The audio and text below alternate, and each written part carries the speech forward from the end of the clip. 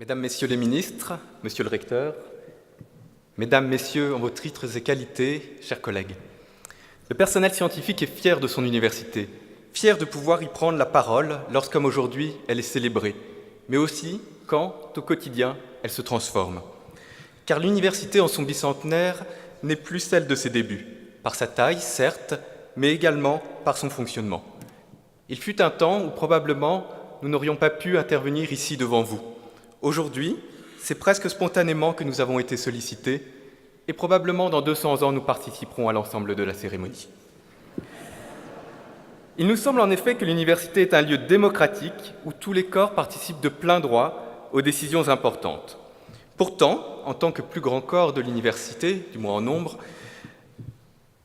notre participation, notre nombre de voix aux élections électorales ne représente que 10%. Une participation démocratique serait d'autant plus cruciale que les débats qui ont lieu au sein de l'université se répercutent extramuros.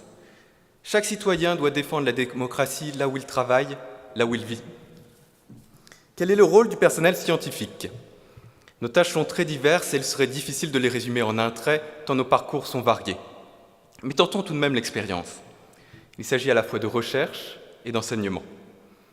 Nous sommes l'assistant qui travaille au plus près des étudiants lors de travaux pratiques, la chercheuse qualifiée FNRS qui explore le fonctionnement du cerveau, le chercheur temporaire qui conçoit de nouveaux satellites, la chef de travaux qui d'une main revisite les œuvres classiques et de l'autre forme les futurs enseignants. Le personnel scientifique de l'Université de Liège, par sa recherche et par son implication pédagogique, travaille pour la société tout entière. La qualité de ce travail scientifique et pédagogique est aujourd'hui mise à mal par des mesures s'inscrivant dans une logique purement économique. Pensez à la concurrence entre équipes de recherche pour obtenir des financements plus rares. Pensez à la rivalité entre universités pour attirer toujours plus d'étudiants avec un personnel en baisse.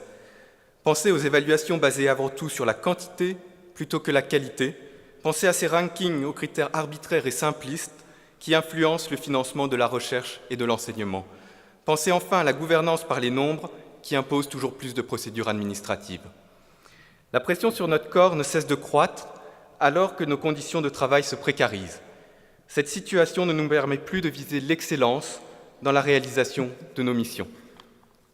Pour le prochain anniversaire, nous souhaiterions fêter des équipes de recherche stables, un enseignement solidement encadré, des recherches évaluées selon des critères concertés et de la solidarité entre les corps et les universités. À toutes et tous, que l'on soit doctorant, professeur, technicien, recteur ou ministre, de nous en emparer maintenant, ensemble. Je vous remercie.